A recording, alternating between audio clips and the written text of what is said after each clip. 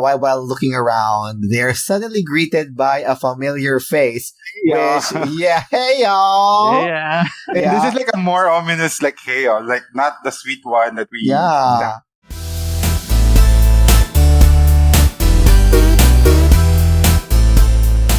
It's the Juicery Podcast Show.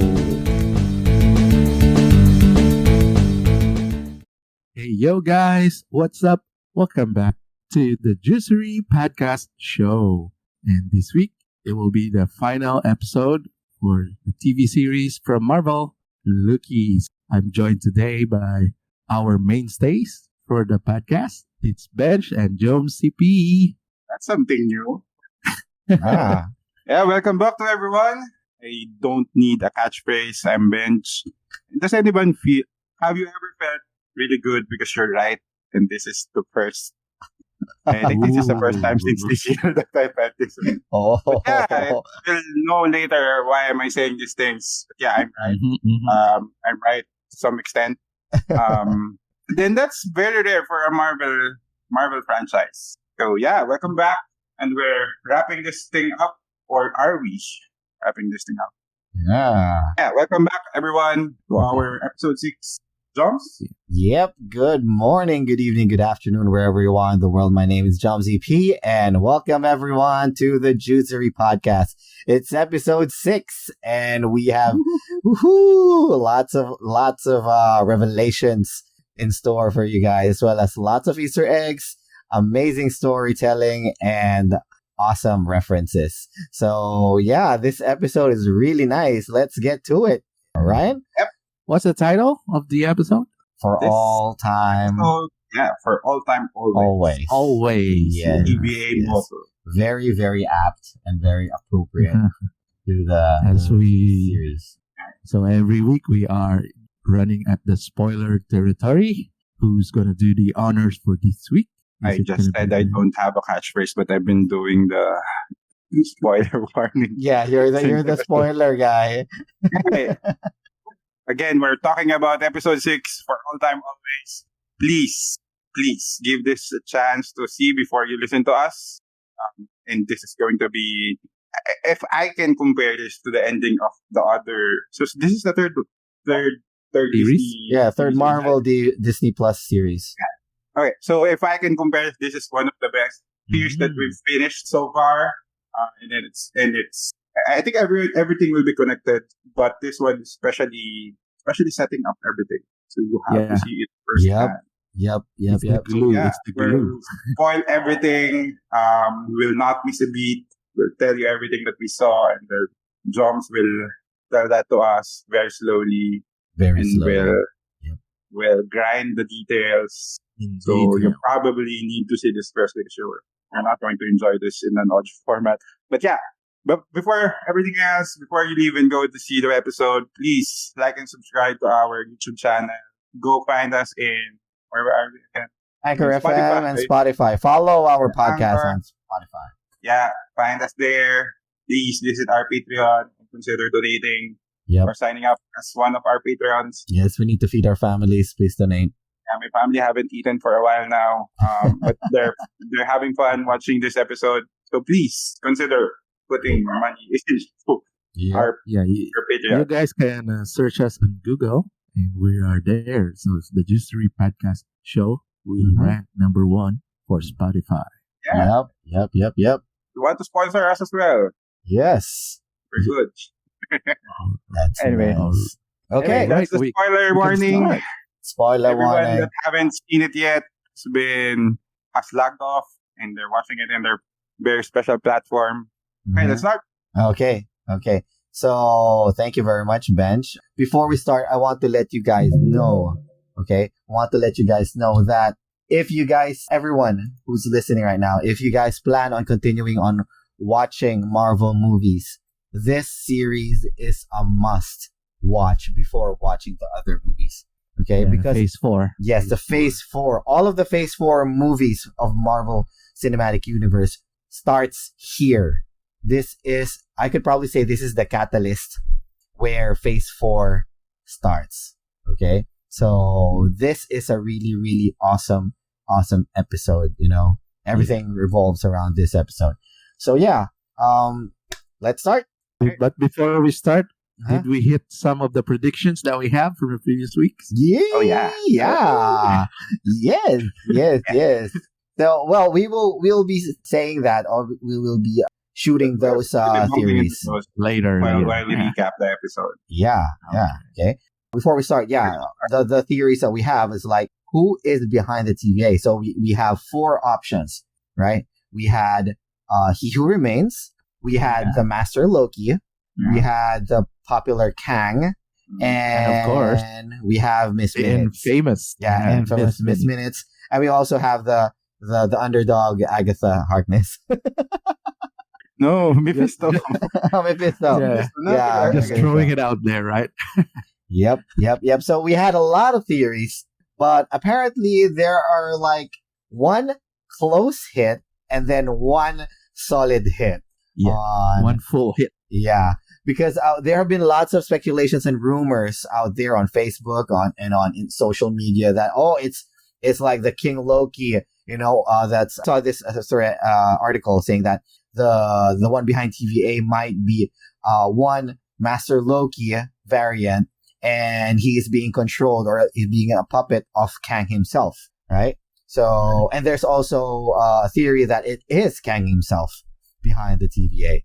While we progress this story, while we recap, you guys are gonna find out sooner and in detail. What's it You'll about? find out in detail how am I right. Yes, yeah, and Miss Minutes, Benji's theory almost smacked up the right shot. Let's start up with our opening credits.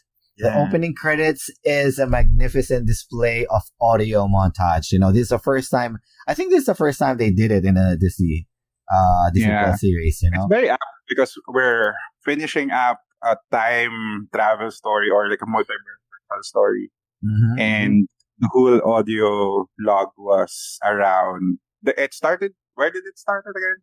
It's actually like a space sequence, which is like a clear homage to the movie Contact, a 1997 sci-fi film. By Jodie Foster. It begins with a picture of Earth into the known universe expanding and beyond, while we hear different clips, historic speeches and songs, at the same time, we also hear different quotes from our favorite Marvel heroes.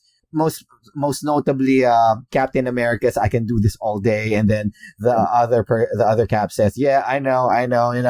So That's a very apt example because those are two people. Those are two variants talking with each other. Exactly. I hope they added the next part where he saw America's ass. And I have a theory that somehow there's a Captain America that's his nexus point is he doesn't have America's ass and he became bad. Oh my gosh. Or What If. So look out for that. Yeah, we might see that on What If on August 11. Guys, August 11, Ooh. What If, Disney Plus. Watch Less it. than a month. Yep. Anyway, let's continue on. So we hear a lot of lines from our Marvel heroes. And we also hear some famous quotes from real life figures, We got Neil Armstrong's One Step for Man. Yeah. We have Greta Thunberg. We got Malala. We got Nelson Mandela. We got Maya Angelou's I Will Rise. And we Luther King. Yeah. We also have like a quote from, I think it might be Carl Sagan, we think of time as a one-way motion. Oh, no, it's not. Is that's not Carl Sagan? That's not Carl Sagan. I forgot his name, but it's a lecture from a professor about timelines or how time passes. Oh. So it's not exactly Carl Sagan's billion of years ago, not like that. So it's an actual lecture. It's not from a TV or a content. And then, thanks for that, Bench. And then there's also some background music, from while they're dictating those lines. So we got Beethoven's For Elise, very brief. And we also have Tchaikovsky's Swan Lake. The most notable, here's an Easter egg, guys. The most notable of the music entwined in that sequence was the Harry James Band's version of it's been a long, long time, you know? And where did we hear this song? This is a very familiar song, which we hear during the last moment of Avengers Endgame, where Steve Rogers was dancing with Peggy Carter. Yeah. This was also heard on Steve's apartment when Nick Fury. Yeah, this song was when Nick Fury was injured, right? Nick Fury was injured by the Winter Soldier, and then he hid in Steve's apartment. This was the song that was playing in Steve's apartment. Awesome. Steve Rogers started all of this. Yes. Is that what we're saying? For him to be happy, he started all of this shit. Yes, he was actually the first one who met face to face with its variant, right? In the Marvel Cinematic Universe. No one has ever did that. No, like Tony Stark met his counterpart. No, he met his dad. He met his dad. He didn't meet his dad. He met his variant. But he was dressed up as a field agent. Yes, but he didn't communicate with his counterpart. Yeah, he saw his face. So Steve Rogers was the only... He knows that alone. Yeah, he knows. Loki does. So anyway, this is an awesome audio sequence, opening sequence for Loki. Okay, so yeah, I pity those who didn't put their subtitles on because they will have no idea. Yes, those were awesome lines. You know, very very relatable to what's happening and what's going to happen. It seems like a merging of different universes, merging of different thoughts and consciousness, and aligning was all it together. A merging or like a splitting? Because by the end of that sequence, we saw two universes. Was it two universes? Yeah, it's two, like intertwined or like on top. It's galaxies, yeah, galaxies. It's like it's now saying that from those thoughts, something converged or something split up. Because we're now in the territory of multiverse. But we understand. But the timeline hasn't split yet, right? The timeline hasn't split. There was like a fine line first. Well, yeah, this is an intro. I don't think this is part of the whole story yet, but it's just preparing for that. Oh yeah, you have a point. Yeah. From what we understand is this is the setup for a multiverse, because from the start of Avengers or this full franchise, we don't have a multiverse yet. Mm-hmm. There's no fallout to it. But as soon as Infinity War started, that's where we start seeing glimpses of a separate timeline. And then this might be a preparation for that. And I think they did it really well since they already have established timeline, and then this is where we can break it up. Same with what's happened with comics. Like it didn't start as a multiverse right away. It picked up before converging into something else. Yeah, for the reason Marvel Comics, they usually have one main timeline, and then there are other writers who did like different stories, and the editors probably thought that this might not be canon. So, but they want to keep it, so they created different universes.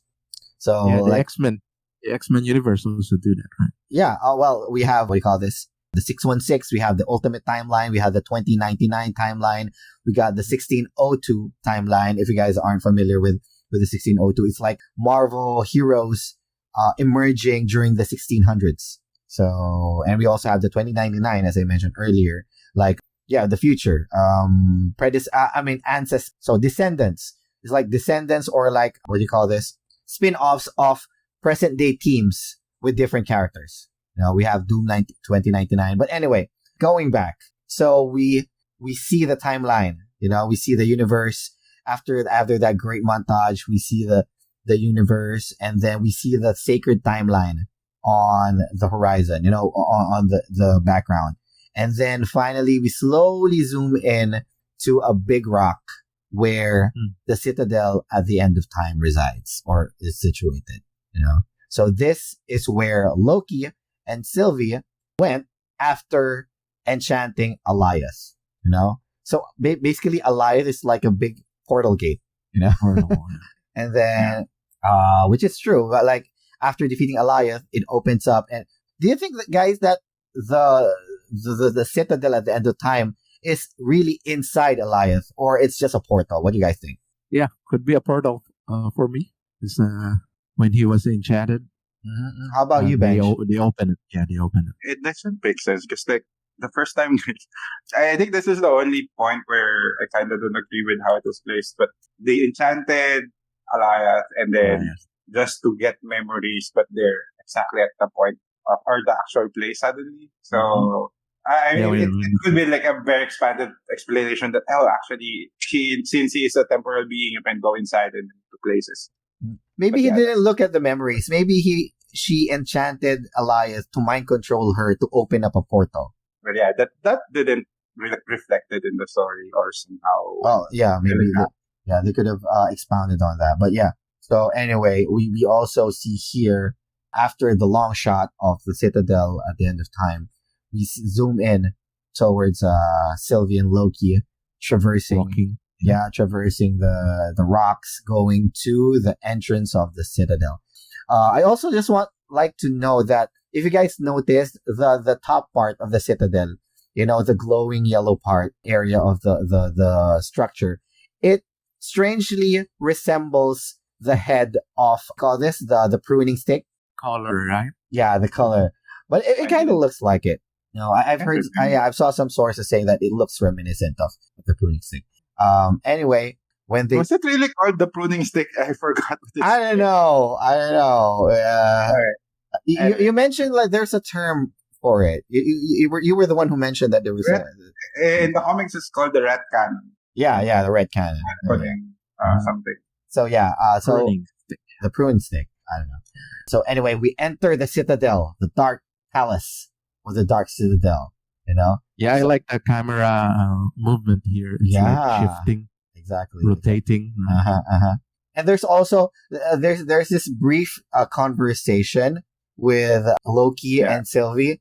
That was like Loki was saying, "You're not gonna barge in quickly," something like that. No, I want to think it over. And then Sylvie said that you're not gonna talk me out of it, something like that. You're not gonna say anything.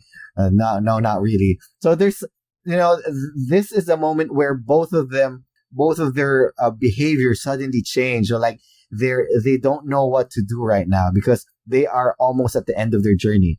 And at most people or most individuals that figure out that they're almost at the end of the journey, they don't know what to do next, right? Yeah, it's like a dog that was finally able to catch its own tail. And then after that, now what? Yeah, exactly. They don't know how to react. They don't know how to proceed. So upon entering, we finally, while looking around, they're suddenly greeted by a familiar face. Hey y'all. Yeah. This is like a more ominous, like, hey y'all, like not the sweet one that we. Yeah. It's like a big boom. Really sweet before. Accent. Yeah. But this one is very ominous, like, okay, so this is now my nightmare. Yeah. Like out of nowhere, it's like a boom. Like the thunderous boom. And they're like, hey y'all. Yeah. Like, oh my gosh, Miss Minutes appears. She's everywhere, right? Yeah. She suddenly like appears. Yeah. And she congratulates them for a long journey. So I think this is more related to what's his name in Willy Wonka, the person that's following some sort of like a shadowy bad guy, but eventually actually working for Willy Wonka. I forgot his name. I totally forgot that. It will come to me later. The dwarf guy, the dwarf? Yeah, the dwarf looking guy. No. I don't remember. Yeah. So it looks like that. Like from what it looks like, Miss Minutes seems to be controlling everything, but their conversation is around here's a devil's. Here's a devil's offer. You can turn back and you can coexist within a single timeline. But it's very obvious. It's not delivered the same way from the what do you call that? The training materials. Oh yeah. The propaganda materials. Yeah, propaganda materials. It's not as pleasing as that, but so it seems like she's really insisting on you take my offer or not. She looks really sus here. Really her sus. face. Her face was like, she isn't her jolly face. It was like, Not her pretentious looking face anymore. Yes. This is her real face. Yep. And true enough, we are also greeted here with the revelation on who is really behind the TVA. And you guessed it, guys. We guessed it. He who remains. But it's not the he who remains that we we all see or we all know in the Marvel comics. It's something that more. was an old guy in the comics, right? But we will we will tell you guys later. We will be divulging it later.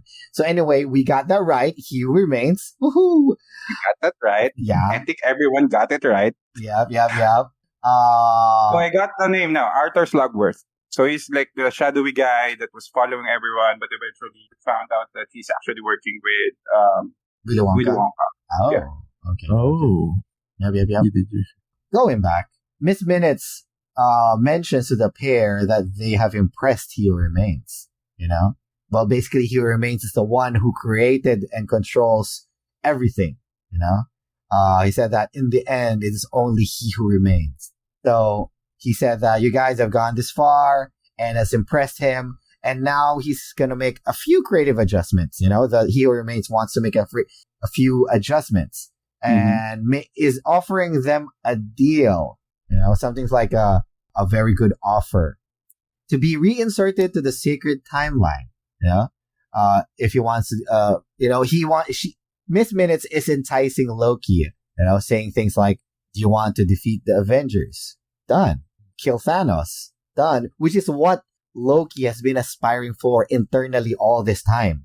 To live and to defeat the Avengers and Thanos, to live his life as he wants to, to exist in the timeline together with Sylvie without any interruptions, Yeah. Where did they have this talk? Are they in the elevator or Not yet. They just entered. Yeah. I think it's after panning, the camera panning around the whole first floor entrance. So there were a lot of cracks. There were a lot of golden cracks all over. Yeah. Oh, yeah. Which reminds me, the castle with the cracks. It reminds us of kintsugi. Yes. So it's a Japanese practice of putting things together using lacquer that is gold. Yeah, gold, It's not, I don't think silver. it's actual gold. It's just a lacquer. And it's very pleasing to the eye because you highlight the cracks, but as well as make a very useful thing. Yep. But if you look at this closely, it's just marbled gold. It's not really inside the material. But it gets the point. It looks something that's like broken and then put together again. Yeah, it kind of emphasizes like everything being put back together, looking better than ever, something like that. So yeah, so Miss Minutes, going back, Miss Minutes tries to persuade them on a win-win situation. Like Sylvie doesn't need to go on a run anymore. Looking forward to happy memories. Miss Minutes really persuades him, but in vain because Sylvie snaps back into reality. And then it says the offer for Sylvie is kind of the short end of the stick there. Loki's bargain was, you'll win everything. Get the throne of Asgard. For Sylvie, you'll have a normal life. Well, she haven't really, so that might be a different outlook for her. But that's her desire. She wants to have everything back. But it's the resolution of her journey is more pleasing than anything else if you're just offering a life of something that's boring. So she should probably pursue more. So I don't think this is more on them getting to say yes, but more on testing their resolve. So going back to that Arthur Starkworth reference, this is the same motive for the person. So he was posing as a spy and then eventually know that it's just there to see the character of Charlie and his grandpa. Yeah. But so moving back to the main point, it's not too pleasing for Sylvie. So that's why she probably said no. Yeah. One point though that I could think of is Miss Minutes is trying to instill some influence on them. So, like they mentioned, I saw some one article saying that Miss Minutes was planting seeds on Loki's mind to make sure that he from the start. Revolts and rebels and leads himself towards this point, So saying that if you do something, if you disobey, the multiversal war will the chaos and disorder will happen. She keeps on repeating that to Loki. in the previous episodes. So she's now sowing the rewards where Loki and Sylvia are now in the Citadel. So Reaping? What? Sorry?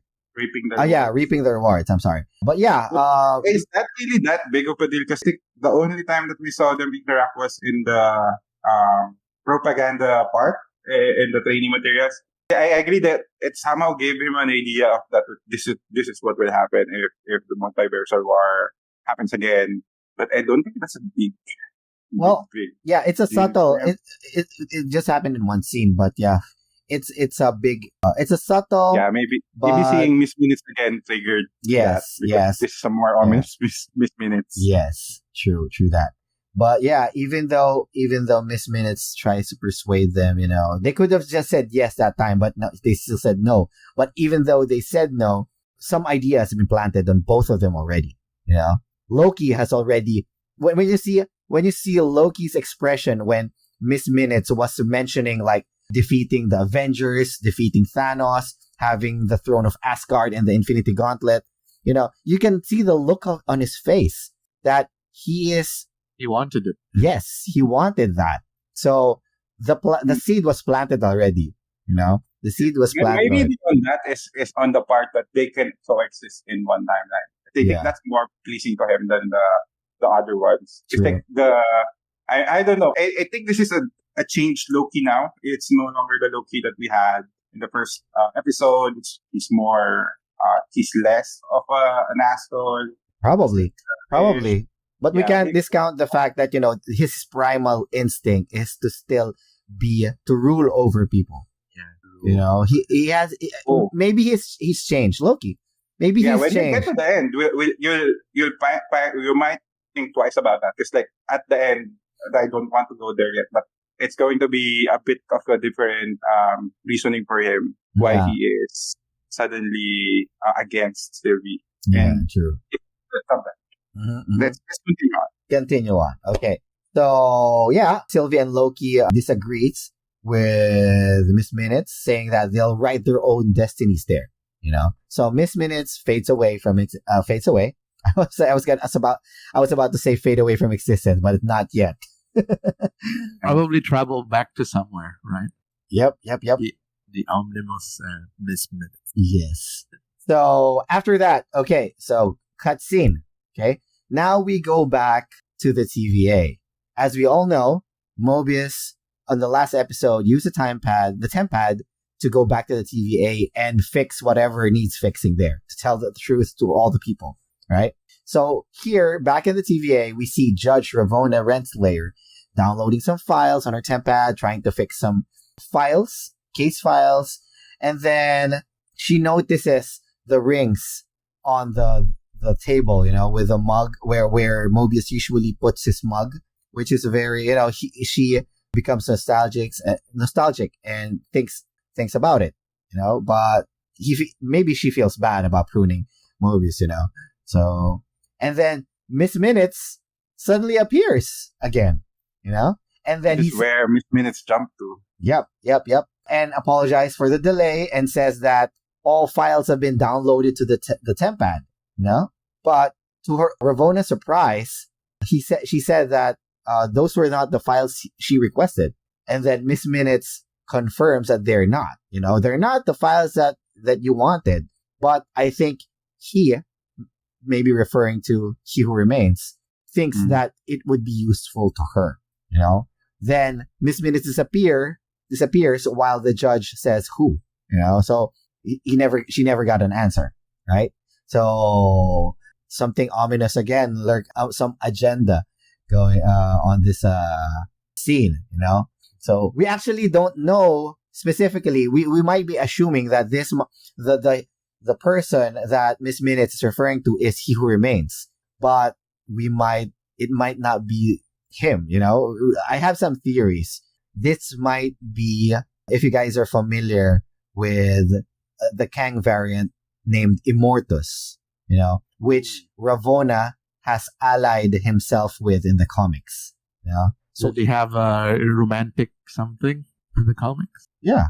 Ravonna was supposed to be like a love interest. Yeah. That's why we have this Kang connection at first. like at the first episode, knowing Ravon is here, Kang the Conqueror is probably here. She won't be missing here, or he won't be missing here.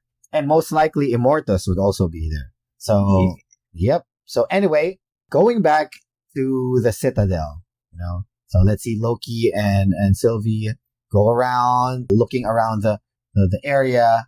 They see 4 statues. One of them has been broken. The hall, the area looks abandoned. Loki even comments that is he who remains still even alive. Yeah. And then out of nowhere, he was dusting off one of the statues. Yeah. It seems like nobody has touched it in a very long time. They don't have a housekeeper. Yeah, but it looks like a battle has happened there. Seeing that. But why only the one statue? We don't know. You want to think of a scenario? It's just telling us that some kind of battle happened. Yeah, there was some kind of a scuffle here. There was some kind of a scuffle. They're not actually the first one to be in that place. Maybe. Yeah, true. Yeah. So while they're going around looking in that hall, the elevator suddenly operates. Yeah. And then this elevator opens, and lo and behold, we have there Jonathan Majors. Jonathan Majors as He Who Remains. Awesome actor. He's cast already for yes. He has been upcoming movie. Yes, he has already been cast as Kang the Conqueror in Ant-Man Quantumania. But this is a real surprise for me, knowing that he has been here in the series very early, or here in the lore very early. He's been cast as Kang the Conqueror, but in Loki, he is not the same person as he was cast. He credited as, because like Kang is not mentioned anywhere. He is not mentioned anywhere. In the credits, he is credited as He Who Remains. He Who Remains. Yeah. Yes. So even his minutes referred to him as He Who Remains, right? Yep. Okay. And he's very candid. His portrayal of He Who Remains is not the same as the old guy in the comics. He's very candid. He's very casual. It's very nice. His portrayal of He Who Remains is so awesome. He's so refreshing. So the original He Who Remains is an old guy or the last TVA agent. So he's not a Kang in the comics. Yes, he's totally different character. And the one that we saw here as a variant of Kang or He Who Remains is more inclined to be Immortus than an actual Kang that is villainous at all. Yes, the least probably. So, but he candidly mentions as well that the creepy moniker or the creepy name of He Who Remains. He says to the two that she still calls me that. But I like it. The name it has certain ring to it. But basically that may not be his real name. But he lets Miss Minutes call him that because he likes it. So he invites him over, both Loki and Sylvie. He invites him over to the elevator and accompanies them to the office. But we will be talking about that probably later. In the elevator, actually, in the elevator scene, Jonathan Majors, or He Who Remains, his name's too long. How do we coin him? Jonathan Majors. Yeah, okay. Jonathan Majors mentions to them that, you guys are disappointment. I'm just a man of flesh and blood, something like that. Which he says this really casually, conversationally. Yeah, very casually. It's very cookie about it. Mm-hmm. It's really fun. It's like everything that has happened now is very serious, and then we get to the point of the final boss is this guy. Yeah, far different than Thanos, or far different than how Thanos behaves. If you see Thanos is very serious, he coins different quotes, and this guy is kooky. He's very casual. He's very candid, and you wouldn't see him as a villain in this. In how he brings himself, how he composes himself. So he says that he's flesh and blood, and Sylvie remarks that makes him easier to kill, which she probably does quickly with a stroke of her dagger or machete. She tried, but surprisingly, he who remains dematerializes in front of her and then teleports transferred behind her. And then Sylvie attacks her again, and then he teleports again. So why? How does he do that? Is it his powers? We'll find out later. He's actually more advanced. His skills are more advanced than the normal Tempad. But we will be delving into that later. Okay. So are we going for the break right now? Yeah, we could go with the break. Yeah. Let's go with a couple of minutes of break because we still have a lot to discuss. Exactly. We still have a lot of discussions regarding the second half of the episode. Yep. So epic finale for this series. Yeah. Season 1. Okay, we'll be seeing you in a few. We're gonna have our mid break. Yep. So awesome.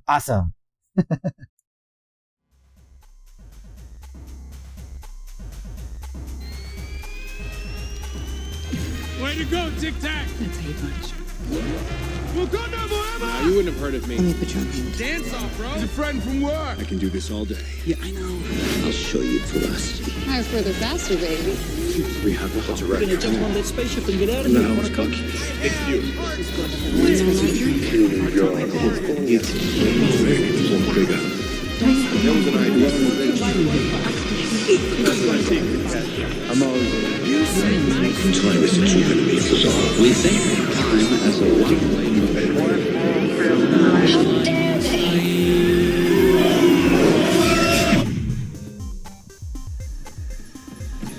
My dream. We have fought for the right to experience peace.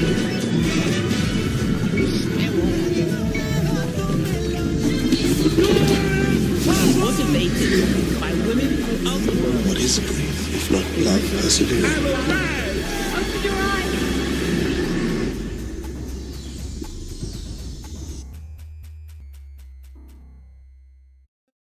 All right. We're back.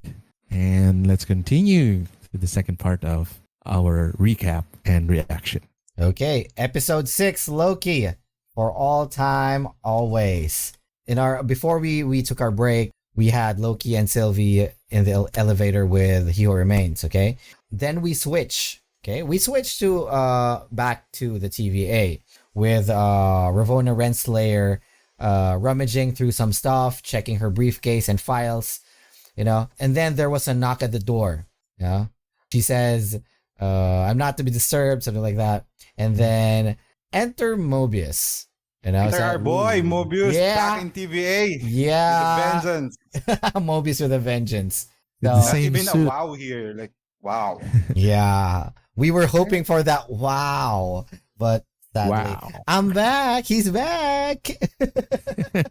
Very, very candid display of Mobius there. And well, actually, Ravonna was not surprised because she said that if there's anyone who would come back from the void, it would be him. Yeah. And then Mobius quips, She's expecting him. Yep, he's actually expecting him. And then Mobius quips, "One man's void is another man's piece of cake," with a time stick in hand. Well, I finally got that right. Yep.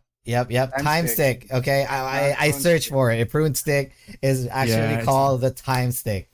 Okay, It's not pruning stick. it's not a pruning stick. Although the pruning stick has a certain It will ring not to it. catch on. Anyway, so Mobius turns on his time stick, and then Renslayer says that, "Are you gonna prune me?" Then Mobius says, "Oh no, I'm going to do. Well, that's a good idea, but I want to do something more." Ravonna. When you say it like that, Wow. when you say it like that with Mobius The sticking on it.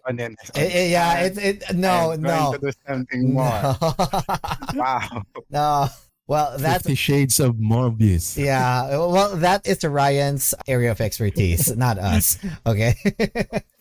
So Be yeah, careful with it, because we're going to be in some sort of a list again. yeah. I'm sorry. I don't want to be stricken out. Anyway, so The stick in his hand. What did he say? what? What? With the time stick in his hand. I'm gonna do more something. I thought about it, but I'm gonna do something more with it. I don't know.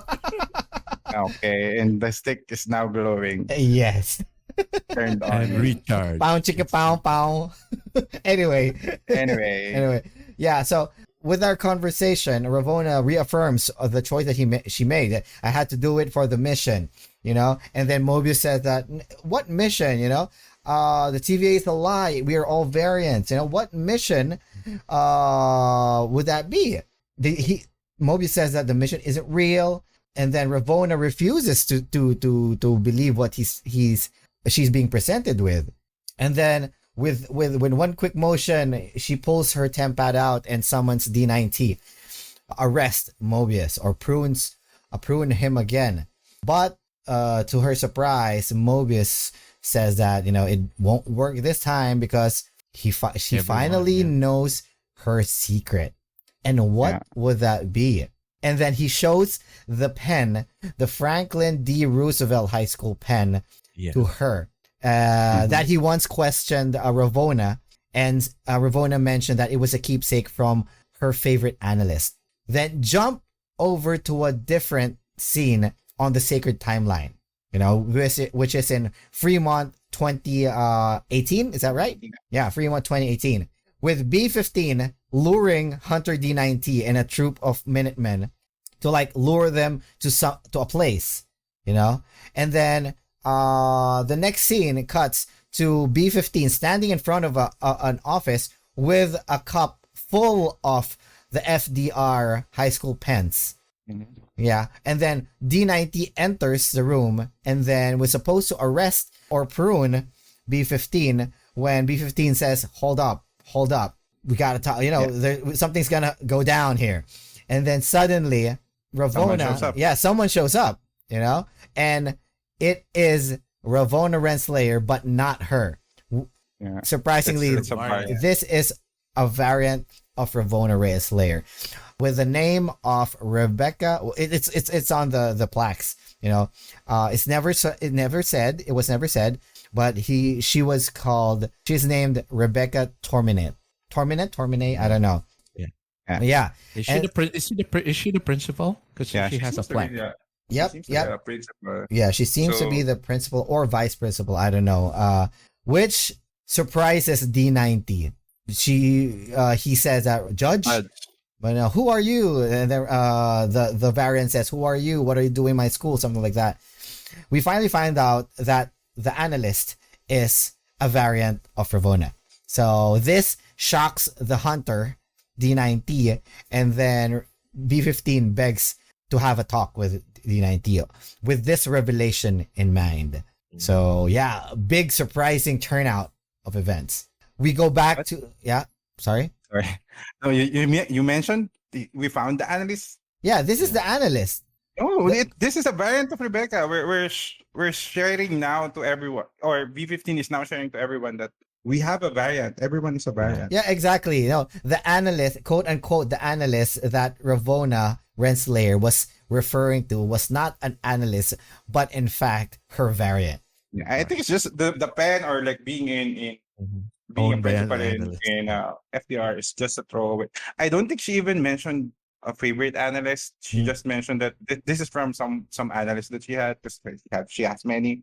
But yeah, it's more on just proving that even the person that we're working with is a variant. You're a variant.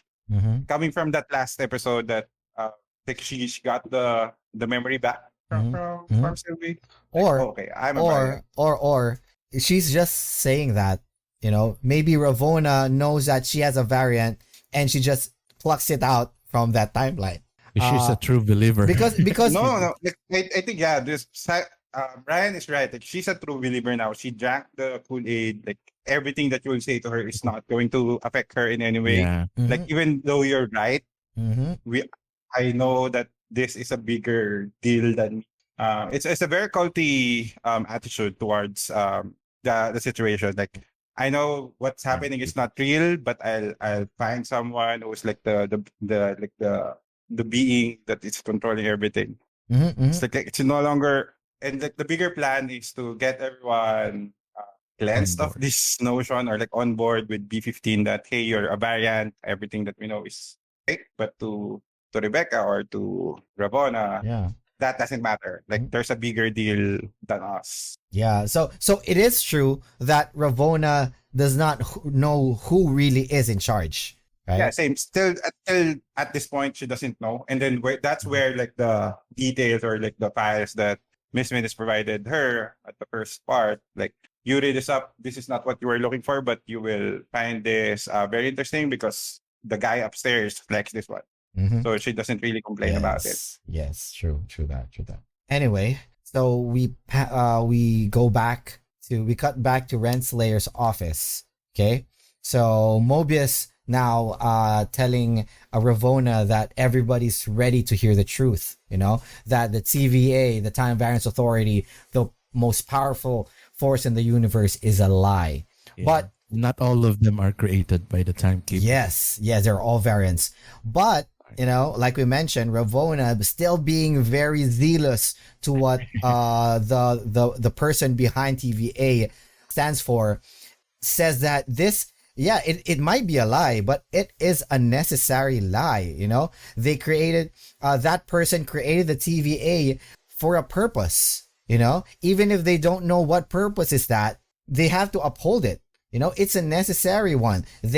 Mobius mentions that, oh, no. What kind of glory, what kind of purpose would it be, or good purpose would it be, if they prune the people and then find out what horrors await them at the void? You know, we have there the big Alioth devouring every kind of energy and matter. You know, there's nothing, this is a very strong point of Mobius. There is nothing necessary about that. And then Ravonna mentions to Mobius that if they didn't prune the timeline, what would happen? Chaos, disorder, death, you know? And then Mobius says free will, which is very, very apt, knowing that, you know, everybody on the TVA doesn't know that they're variants. If they find out they're variants, chaos ensues. But Ravonna just answered, "Fuck your free will." Yeah, exactly. You know, the only person who gets free will is the one on top. That's how you see how adamant Ravonna is with her ideology on the TVA, or what the TVA stands for. So she's in too deep already. Yeah, you know, like, she's in too deep. She doesn't know when to stop. Yeah, Ravonna keeps on packing her briefcase, and then Mobius reminisces what the friendship that they had, you know, friends across time, allies through the end, until the end, and suddenly really feeling betrayed with what happened. Now, after this, the discussion on who betrayed who comes to mind, you know. Ravonna lashes out, you know, rejects Mobius's accusation and throws it back at him. Mobius threw away their eons or millennia of friendship for a couple of Lokis because he had a sudden change of point of view. You know, Mobius pleads that they can't take away people's free will. Ravonna doesn't see that. Ravonna isn't budging, which resorts to Mobius activating his time stick and attacking Ravonna. But since this is why we know that Ravonna is why Ravonna is the judge and not. Yes, Mobius is just an analyst. So he was beaten by a woman. Yeah, he gets knocked down. He gets knocked down by Ravonna, you know, a little bit. Ravonna is more of the experienced one. Like, we know she's a hunter before, so she has to train. Yeah. There's no shame in getting beat. Exactly. Getting beat by her. She is a very experienced hunter, and Mobius surrenders and says, you know, prune me. But Ravonna, having a change of heart, did not prune him, and she leaves the door through the time door that she activated. But before that, Mobius says, "Where are you gonna go?" And I don't know if it's what she meant by it, but she says in search of free will. It's up to you guys to discern what she means by that. What do you guys think of that? Yeah, Previously, she said that the free will is the only one that has free will is the guy in charge. Forward. So maybe he's saying that she's in search of the person who has the only is the one who is allowed the free will. Yeah, there's no other reading of it, and I think this will connect later on the discussion with He Who Remains, where he's actually going to, and the name Rebecca Tormine is something that is really connected to Ravonna looking for a variant of Kang and then being together. So it might be related to that. Yep. Eventually we'll know what happened or like where did she go. Probably in the movie or in another form. Yep. So this is the last time we see of Ravonna Renslayer, right? In this episode. In this series, but this might not be the last time we see her in the Marvel Cinematic Universe. So yeah. Again, awesome portrayal of Gugum Batharao. Nice. Her acting, everything is so awesome. Kudos to her. Are we gonna switch back to the Citadel, guys? Are we ready? Are we ready for the awesome part? Yeah, let's do it. Okay. So after the long elevator trip, Loki and Sylvie is presented with a very, very big office room where He Who Remains resides. He said that, they had a long and very painful journey to get to where they are right now. And if you notice, the variants were Loki and Sylvie were very confused. They don't know what's going on with how He Who Remains is acting towards them. Very casual. Toy with it. It looks like he's expecting them. Exactly. Will be revealed later. Why is he expecting them? Yeah, he's very welcoming. He's very welcoming for someone who was trying to hide himself from the variants, right? And he also, with this, he convinced the pair. Offered papers. He convinces the pair that they can't kill him, even though multiple attempts has been done with from Sylvie. He pulls out a stack of papers detailing all the dialogue that they had prior to this moment. This is the same set. Yeah, that we have in the first one that where Loki need to sign up. Yes. This is everything that's said, but for this version of him, it's still ongoing. Yes. Like for Loki, when he was entered in TVA, that's already done. But for him, it's still ongoing, and that's where he knows where this is going to. Yep. Yeah, this is still ongoing. With that, he mentions that he knows what's going to happen. He knows what happens, and he's seen it all. He's witnessed both Loki's and Sylvie's actions, everything that they've done, ever said, ever schemed. And he even mentioned that moment in Lamentis. The one that they shared by the Crater Lake. The one where the Nexus event started. If you guys... the sharp spike. Yes, the sharp spike. Timeline. Yep. He even knows things. He even mentions that he knows things that the TVA does not, which means that he has a greater knowledge on what's happening. And this is also turning point because it is revealed that everything that they've been doing, all the things that Loki and Sylvie has been doing, killing those hunters, being transported to Lamentis, in Roxcart, everything, to the Void, enchanting Alioth, all of that, everything is managed, everything is planned by He Who Remains. To that point. Yep, he paved the road going to them. So it means that they weren't, Loki and Sylvie wasn't doing it at their own accord. It means that everything they've been doing is still according to someone else's plan, which infuriates both of them again. Remember during the first episode when Mobius mentions to Loki that Loki mentions that he is always rebellious. He lives by his own ways, right. But his own story. Yeah, he writes his own story, but Mobius contradicts him, saying that everything he does was already written, which makes him angry as well. So this is the same instance that the revelation of Loki and Sylvie still following someone else's orders or someone else's writings in the future, and this makes them really mad. This angers them. To cement the fact, he again pulls out a handful of papers revealing what will happen. So the first time He Who Remains provides some paper, some documents to them, it was the past. Now this time he lays out the script on what's gonna happen next. That's also how he knows where to teleport. Yes. The program is tempad. If there's going to be an attack, it's already programmed to move away from it. Mm-hmm.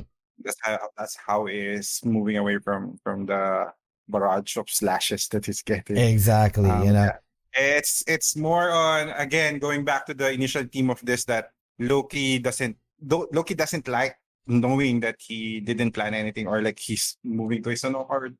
But this is again to that point that even after going to TVA, is still not moving to a path that he really wants. Decided on. Yes. Yeah. The mere fact that this seems like he's being controlled. His future was being controlled. It doesn't sit well with him. And Dick will know in the dialogue as well later on why the path for that was forged for them. Mm-hmm. Why this guy wants him to end up in their office.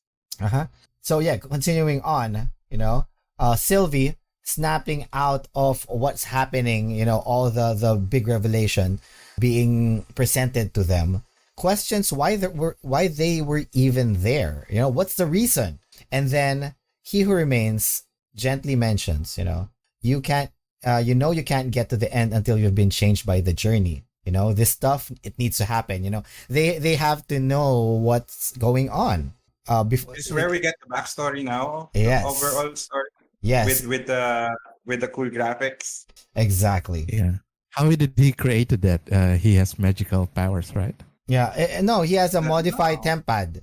The one in his. And an advanced tempad. Mm-hmm. Like he can project this animations of himself. Yep. Finally, didn't use a miss minutes to. Well, it's a more serious tone, so you can't really use the propaganda material as you can. Well, we know the backstory now, so but before that, we have to do a starter. He Who Remains mentions to Loki that he totally understands why Loki is objecting. He has moral objections to what the TVA does, and he tries to provide a disclaimer. And he accepts and acknowledges that his methods might be deceptive, but the mission was never deceptive.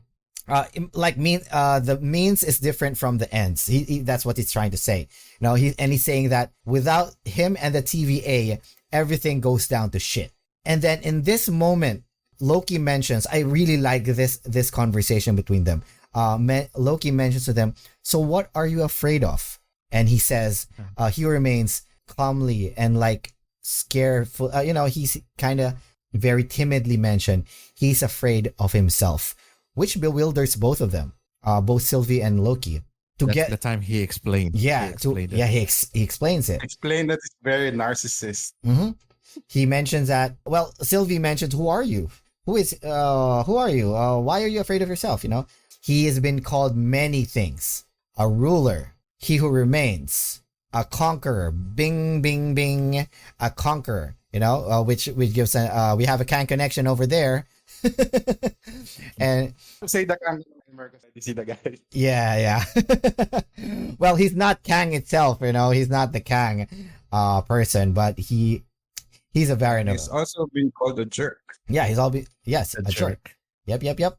But he mentioned that who he isn't as simple as naming him with something.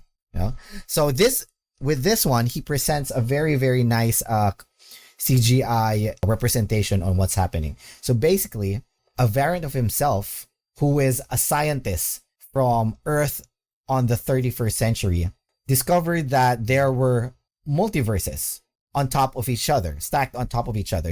There's like a different, there's a multiverse, Science. Yes.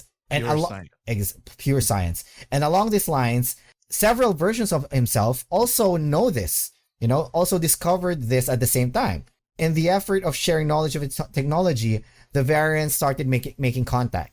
They travel to the different multiverses and talk to each other, communicate, and help improve their own. This is more of like the peaceful versions of himself. But of course, not all variants have the same motive. While others strive for peace, his other variants think that different multiverses or other universes means more worlds to conquer. Hence, the multiversal war started. More different versions of themselves vying for control of the other universe. And then the peace between realities erupted into, a full-time war. And each variant trying to preserve their own. And because of this, the future or the end goal of this, or the end effect of this, would be the elimination of everything, the end of everything. Now, this is where the dogma ends. This is where the truth separates from the dogma. Okay, so Sylvie mentioned that, and the timekeepers entered and saved us all, something like that, right? But it's far more different. The truth is far more different. The first variant, in reality, I think that the first variant was him, right? I think. Yeah, he mentioned it. He Yeah. kind of slipped that he is the first, like he addressed himself as the first variant. Yep. Yeah. So the on that first scene. the first variant, which is a scientist, encountered a creature that was created from all tears of reality. A creature that they are both familiar with, which is Alioth, an entity that can consume time and space itself. He harnessed it, he used it for his own good. He weaponized it and ended the multiversal war. What I thought about this was he tried to kill all of his variants. He tried to kill all of his variants and tried to maintain a sacred timeline. If a different timeline branches out, a possibility of a different He Who Remains, a variant of He Who Remains appears, which might be much more vicious than him. Mm-hmm. Hence, they have, he doesn't care about the other people. He's concerned about his own variant appearing in the timeline and figuring out this whole shenanigan and disrupting everything that he's worked on, And because of that, what he did, he prunes timelines, manages the flow of time, preventing further branches. Because of that, he created the Time Variance Authority so that it won't happen again, so that there won't be any He Who Remains variants from ever appearing and disrupting the timeline and making another war. He says that this was the only way. What do you guys think? Do you think that what he's saying was the means justifies the end? What do you guys think? Yeah, because he's been there since the start and everything was working well. Even though there are a lot of fathers, canon fathers for Alioth to eat. Yeah, in short, it's just he's trying to justify what he did and like keeping away from the war because what happened. Mm-hmm. But like in the greater scheme of things, he did this all because he knows himself as the starter of this war and all. So yeah, it's a bit justified if you look at it, but still you're taking away free will from people. Exactly. So he also mentions that he's the one keeping everything in check, keeping everyone safe. So he's trying to acknowledge himself as the lesser evil. And if they think that if Loki and Sylvie thinks what he's doing right now is evil, he warns that his variants are far worse than him. So yeah, he also mentions that he's the one that's keeping them safe, and acknowledges that he might be the lesser evil in this scheme. And if they think that what he did was evil, Loki and Sylvie thinks that he is evil, wait till they find out his variants. His variants are far worse than him. So I think he knows himself too much that he has no ulterior motives, just to keep the timeline at peace. And his other variants are just distractive. yes, causing yes. destruction all over. True that.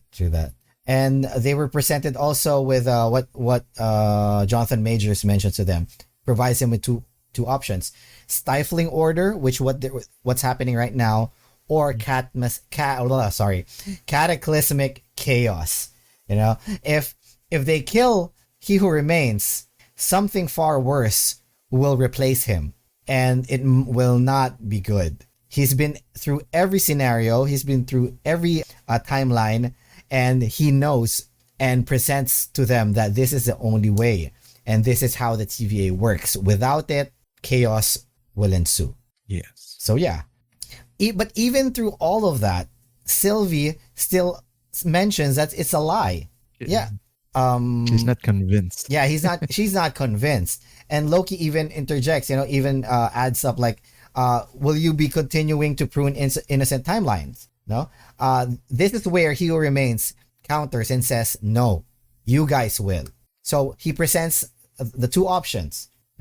First off, he tells Loki and Sylvie that they can kill him and destroy everything, resulting in an infinite number of He Who Remain variants who wants to destroy every other universe. Or they can, both Sylvie and Loki can run the TVA themselves. He's willing to give up the control and power because he's tired. Relinquishing his control over TVA. Yes. Like, this is the main offer, and this is goes back to the Willy Wonka reference. You have Miss Minutes as the one who gives the test if they're still viable heirs to the throne, and then you have this actual conversation that they are being groomed to be the next one to take up the job. So it's a full circle. Like, they've been prepared for this, and then they now have to make that decision. Yep. So yeah, this is a very, very tough decision. Kill He Who Remains, expose the timeline, the secret timeline, everything goes to shit. Or they can be in charge and lead the TVA however they want. They can tell everybody the truth, but they tell the reason why they're doing it. This is a good option for them, actually. But even though the options are still presented, Sylvie still refuses. Yeah. She still wants that comeuppance that, like, you did this to me when I was young. I'll still kill you. Yeah, and this is where He Who Remains put his foot down. Like, grow up, Sylvie. It wasn't personal. It was practical. You need to grow up. But before them act self-righteous, He Who Remains reminded both of them they also done terrible and horrific acts. Yeah, they're not villains. clean. Yeah, They're not clean themselves. at least this time they can do it for good reason. That's what they said. And then here comes the big part. Suddenly, He Who Remains gets distraught. They feel some disturbance. Yes, he felt some disturbance. Which we figure out that He Who Remains doesn't necessarily know everything. He left out one small detail. He fibbed. He said that he only knows things up to a certain point, and this point is a threshold in time, which just passed a few seconds ago when he mentioned that. After this, he doesn't know what's gonna happen. This is unknown. This is the end of time. So he's actually scared of what's gonna happen. He doesn't know if he's gonna get killed or not.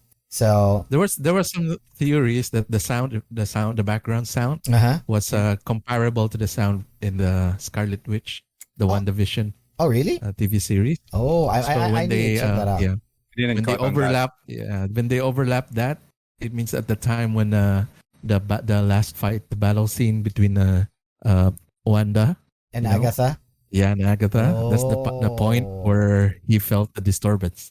He remains felt the disturbance, and that's actually doesn't know what's gonna happen. That's actually a good point, because Scarlet Witch is a Nexus being. Yes. And she can change realities. So this might have a big effect on the sacred timeline itself. Yep. So yeah. So with this, He Who Remains became a little bit excited because he doesn't know what's gonna happen next, and leaves Loki and Sylvie to decide his fate. I mean, he says that what's the worst that can happen? Either you take over my life's work, or you plunge a blade to my chest and an infinite amount of me start another war. So with this starts conflict between Sylvie and Loki, with Sylvie wanting to still kill He Who Remains, and Loki realizing what's happening, tries to stop Sylvie, and, tells her to consider what Jonathan Majors is referring to, or bargaining with, or offering. And then Sylvie says, "Oh, you just want the throne," something like that. I can't trust you, something like that. There was a conflict of trust with what's happening, and Loki was trying to do a guilt trip on Sylvie that, you don't trust me, I can't be trusted, something like that. Every attack, they start to fight with each other, but Loki was all blocking Sylvie, trying to protect He Who Remains. Being hurt that Loki betrayed her in her final moments, he said that Loki simply just wants a throne, but Loki pleads that this is bigger than both of them. Yeah, and Sylvie was kind of sad because they're not seeing the same way, and then he pushes Loki back, and then finally, when Sylvie was about to do his final strike on Loki, on He Who Remains, Loki appears in front of her, and drops his blade. His blade, yeah. Yeah, and says that he knows what she's going through. He knows where she is, and he doesn't want to hurt her. The thing that we've been waiting for ever since Sylvie appeared, both of them share a passionate kiss. Loki kissing himself. But with this, after they kiss, Sylvie looks at his eyes and tells Loki that, she's not him, and she doesn't wish for him to be hurt. Surprisingly, Sylvie opens up a time door and pushes Loki back to the TVA, which she has the tempad. She has the tempad all along. Yes, got the tempad from she got Jonathan Majors. Yeah, the modified tempad, the advanced tempad, circular crackboard. Yep. But yeah, after that, we see Loki surprised and dumbfounded with what just happened. So in the Citadel, Sylvie and He Who Remains are alone, and then this is the final moments. He just said that, want to say anything, do you want to beg for your life? Jonathan Major said he could, but he didn't. And then suddenly Sylvie drives his blade to Jonathan Major's chest, which I think his last words was see you. Yeah, see you soon, which is a very ominous phrase. He's not going to, the one who will see them is not He Who Remains himself, but a more dangerous version of him. Yeah, this is a very, very, this is the changing point, or the catalyst, for all the different multiverses in the MCU. Okay, if you didn't watch this and you watched Doctor Strange probably, or like Spider-Man 3, or like What If, you wouldn't know the background on why there were different multiverses. If you watch this is the start. So yeah, that's it. We go back to TVA, looking at the monitor and seeing multiple diverging timelines, all branching out, crazily. There's no more solid timeline. Exactly. It's all over the place. No more solid timeline. It's like a freaking apocalypse, like freaking chaos, which Mobius says there's no turning back now.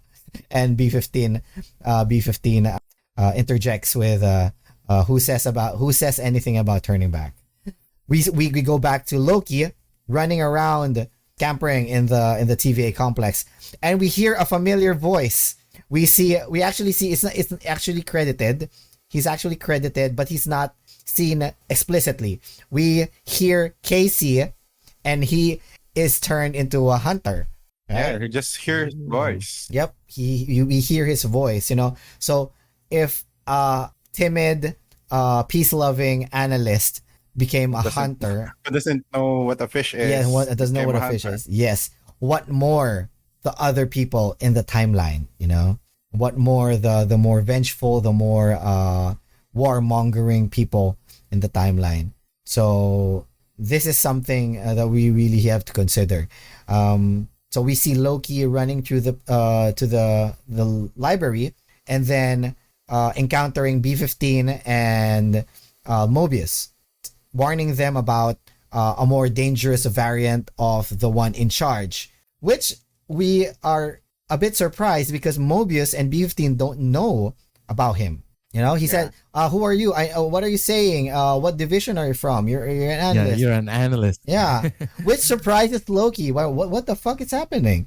And then he suddenly looks around and notices that on the place of the timekeepers, the 3 timekeeper statues, it was replaced by one big statue of He Who Remains himself. But is that He Who Remains? We don't know. It might be the variant. It might be Immortus. It might be Kang. We don't know for certain. But there's a clue on the clothes he wore. Yep. And that statue is weird. The clothes really look reminiscent of Kang the Conqueror. The Conqueror. Yes. So yeah, we cut the season. We cut the episode on this scene. And the note. Yeah. Yes. So that's it. But of course, we also have a mid-credit scene stating that Loki will be returning on season 2.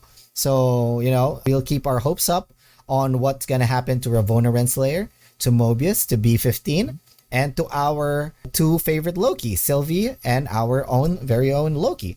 So and to Mobius. Yeah, Mobius. I just said Mobius. So yeah. So what do you think, guys? You've been alluding to the new season and then you just dropped it like that. What? What do you mean? There's no anyway.